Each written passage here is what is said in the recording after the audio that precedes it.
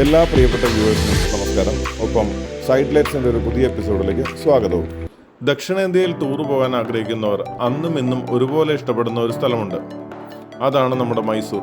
School കാലഘട്ടത്തിലോ college കാലഘട്ടത്തിലോ ഒരിക്കലെങ്കിലും മൈസൂർ ചുറ്റിക്കാണാൻ പോകാത്തവരായി ആരെങ്കിലും ഉണ്ടാവുമെന്ന് തോന്നുന്നില്ല. വർഷങ്ങളേറെ ആയാലും വീണ്ടും വീണ്ടും കാണാൻ കൊതിക്കുന്നൊരിടം അതാണ് മൈസൂർ. പഴയ രാജകീയ നഗരം അതിൻ്റെ പ്രൗഢി ഒട്ടും കുറയാതെ തന്നെ വളരെ ഭംഗിയായി നിലനിർത്തിയിരിക്കുന്നു. സൈഡ് ലൈറ്റ്സിൻ്റെ ഈ എപ്പിസോഡിൽ അവതരിപ്പിക്കുന്നത് മൈസൂർ നഗരത്തിലെ വിവിധ കാഴ്ചകളാണ്.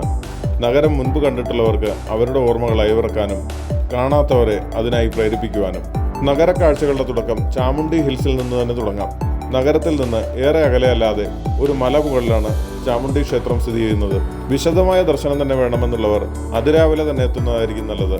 അല്ലെങ്കിൽ പുറമേ നിന്ന് ക്ഷേത്രം കണ്ട് ഫോട്ടോ എടുത്തു മടങ്ങാം.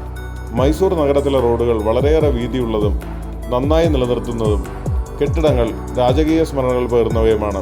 രാജഭരണകാലത്തെക്കുറിച്ച് പറയുമ്പോൾ ആദ്യം പറയേണ്ടത് മൈസൂർ പാലസിനെ കുറിച്ചാണ്. രാവിലെ 10 മണി മുതൽ വൈകുന്നേരം 5 മണി വരെയാണ് കൊട്ടാരത്തിലേക്ക് പൊതുജനങ്ങൾക്ക് പ്രവേശനമുള്ളത്. വരാഹ ഗേറ്റ് എന്നറിയപ്പെടുന്ന കവാടത്തിന് സമീപം ടിക്കറ്റ് കൗണ്ടറുണ്ട്. വാടയാർ രാജവംശത്തിൻ്റെ കാലത്ത് നിർമ്മിച്ചിട്ടുള്ള ഈ കൊട്ടാരത്തിൻ്റെ പ്രൗഢി ഒട്ടും തന്നെ കുറയാതെ അതിമനോഹരമായി സംരക്ഷിച്ചു പോരുന്നു. കൊട്ടാരം ഇപ്പോഴും രാജകുടുംബത്തിൻ്റെ അധീനതയിൽ തന്നെയാണ്. കൊട്ടാരത്തിൻ്റെ ഒരു വശത്ത് രാജകുടുംബാംഗങ്ങൾ ഇപ്പോഴും താമസിക്കുന്നുണ്ട്. വളരെ സൂക്ഷ്മതയിലുള്ള കൊത്തുപണികളാലും വർണ്ണചിത്രങ്ങളാലും യഥാർത്ഥ സ്വർണം പൊതിഞ്ഞ ഫർണിച്ചറുകളുമൊക്കെയായി കൊട്ടാരത്തിൻ്റെ അകത്തളങ്ങൾ ഒന്ന് കാണേണ്ടത് തന്നെയാണ്. ശനി ഞായർ ദിവസങ്ങളിലും മറ്റു പൊതു അവധി ദിനങ്ങളിലും കൊട്ടാരത്തിൽ വൈകിട്ട് 7 മണിക്ക് ദീപക്കാഴ്ച ഒരുക്കിയിട്ടുണ്ട്. മൈസൂർ സന്ദർശിക്കുന്നവർ ഒരു കാരണവശാലും ഈ ദീപക്കാഴ്ച മിസ്സാക്കരുതെന്നാണ് സൈഡ് ലൈറ്റ്സിന് പറയാനുള്ളത്.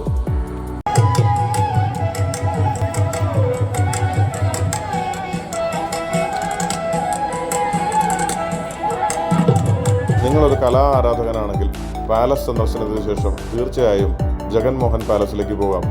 പാലസിൽ നിന്നും ഏകദേശം 10 മിനിറ്റ് നടക്കാവുന്ന ദൂരമേ ഉള്ളൂ ജഗൻമോഹൻ പാലസിലേക്ക്. നടന്നു പോകുന്ന വഴിക്ക് റോഡരികിൽ നമ്മളൊക്കെ കാലഹരണപ്പെട്ടു പോയി എന്ന് കരുതുന്ന ടൈപ്പ് റൈറ്ററുകൾ ഉപയോഗിച്ച് ടൈപ്പ് ചെയ്യുന്ന ആൾക്കാരെ കാണാം. രാജാ രവിവർമ്മ ഉൾപ്പെടെ ലോകപ്രശസ്തരായ ഒട്ടനവധി ചിത്രകാരന്മാർ വരച്ചിട്ടുള്ള ഒറിജിനൽ ചിത്രങ്ങൾ ഇവിടെ പ്രദർശിപ്പിച്ചിട്ടുണ്ട്. മൈസൂരിലെ മറ്റൊരു ശ്രദ്ധാകേന്ദ്രമാണ് സെന്റ് ഫിലോമിനാസ് ചർച്ച്. വളരെയേറെ പഴക്കമുള്ള ഈ ദേവാലയം ലോകത്തിലെ തന്നെ വലിയ ക്രൈസ്തവ ദേവാലയങ്ങളിൽ ഒന്നായി കരുതപ്പെടുന്നു. ഇനി നമുക്ക് ലളിത് മഹൽ പാലസിലേക്ക് പോകാം. മൈസൂർ രാജവംശത്തിൻ്റെ തന്നെ ഉടമസ്ഥതയിലുണ്ടായിരുന്ന ഈ കൊട്ടാരം ഇന്ന് ഒരു ഹോട്ടലാണ്. നിങ്ങൾ ഹോട്ടലിൽ താമസിക്കുന്നില്ല എങ്കിലും പാലസിൻ്റെ ഒരു ഭാഗം കാണാൻ പൊതുജനങ്ങൾക്കും അനുവാദമുണ്ട്. 100 രൂപയാണ് ടിക്കറ്റ് നിരക്ക്. രാവിലെ 10 മണി മുതലാണ് പൊതുജനങ്ങൾക്ക് പ്രവേശനം.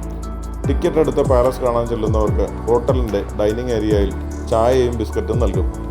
അകത്തേക്ക് കടന്നു ചെല്ലുമ്പോൾ എങ്കയോ പാത്ത മാതിരി എന്ന് തോന്നും.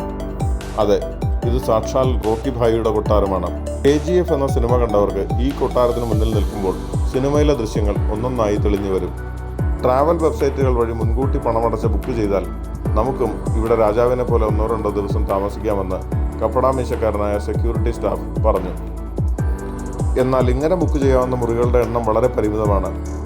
പല മുറികളും ഇപ്പോഴും രാജകുടുംബാംഗങ്ങൾക്ക് മാത്രമായി പ്രവേശനം അനുവദിച്ചിട്ടുള്ളവയാണ്. നിങ്ങൾ കുടുംബവും കുട്ടികളുമൊത്താണ് മൈസൂർ സന്ദർശിക്കുന്നതെങ്കിൽ തീർച്ചയായും ഒഴിവാക്കാൻ പാടില്ലാത്ത ഒരിടമാണ് മൈസൂർ മൃഗശാല. തീർച്ചയായും ഇന്ത്യയിലെ എണ്ണം പറഞ്ഞ മൃഗശാലകളിലൊന്നാണ് മൈസൂരിലേത്. അപൂർവങ്ങളിൽ അപൂർവങ്ങൾ ഉൾപ്പെടെ നിരവധി പക്ഷിമൃഗാദികളെയാണ് ഇവിടെ പാർപ്പിച്ചിരിക്കുന്നത്.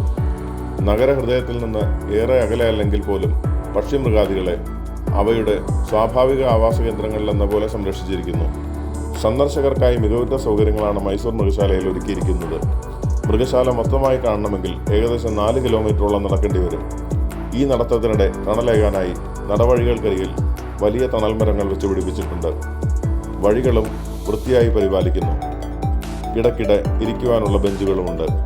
കൂടാതെ ശുചിയുള്ള ടോയ്ലറ്റുകളും. പ്രായാധിക്യമുള്ളവർക്കും നടക്കുവാൻ പ്രയാസമുള്ളവർക്കുമായി ബാറ്ററിയിൽ പ്രവർത്തിക്കുന്ന ബഗ്ഗികൾ മൃഗശാലയ്ക്കകത്ത് സർവീസ് നടത്തുന്നു. വേഗത കുറച്ച് സഞ്ചരിച്ചുകൊണ്ടും പ്രധാന പോയിന്റുകളിൽ നിർത്തിയിട്ടുകൊണ്ടും ഇവ അതിൽ സഞ്ചരിക്കുന്നവർക്ക് മൃഗശാലയുടെ അനുഭവങ്ങൾ ദൃശ്യമാക്കുന്നു. ഇനി നമുക്ക് കൃഷ്ണരാജസാഗർ ഡാമിലേക്ക് പോകാം. കാവേരി നദിക്ക് കുറുകെ വർഷങ്ങൾക്ക് മുൻപ് കെട്ടിയിട്ടുള്ള അണക്കെട്ടാണ് കൃഷ്ണരാജസാഗർ. മൈസൂർ സന്ദർശിക്കുന്ന ഒരാളും തൻ്റെ ലിസ്റ്റിൽ നിന്ന് ഒഴിവാക്കാത്ത KRS എന്നുകൂടി അറിയപ്പെടുന്ന ഈ ഡാമിലെ മുഖ്യ ആകർഷണം ഇവിടുത്തെ ഏക്കറുകൾ പരന്നു കിടക്കുന്ന മനോഹരമായ ഉദ്യാനമാണ്. പ്രവേശനം അനുവദിച്ചിട്ടുള്ള എല്ലാ ദിവസങ്ങളിലും വൈകുന്നേരം 7 മണിക്ക് ഇവിടെ നടത്തുന്ന മ്യൂസിക്കൽ ഫൗണ്ടൻ സഞ്ചാരികളുടെ കണ്ണിന് കുളിർമയും മനസ്സിന് ആഹ്ലാദവും പകരുന്നു. ഏകദേശം 15-20 മിനിറ്റോളം നീളുന്ന ഈ മ്യൂസിക്കൽ ഫൗണ്ടൻ്റെ 4ഓളം പ്രദർശനങ്ങളാണ് എല്ലാ ദിവസവും ഉള്ളത്. സഞ്ചാരികൾ ഇത് എത്ര കണ്ട് ആസ്വദിച്ചു എന്നതിന് ഷോ തീരുമ്പോഴുള്ള ഈ ആർപ്പുവിളികൾ തന്നെ ഒരു തെളിവാണ്.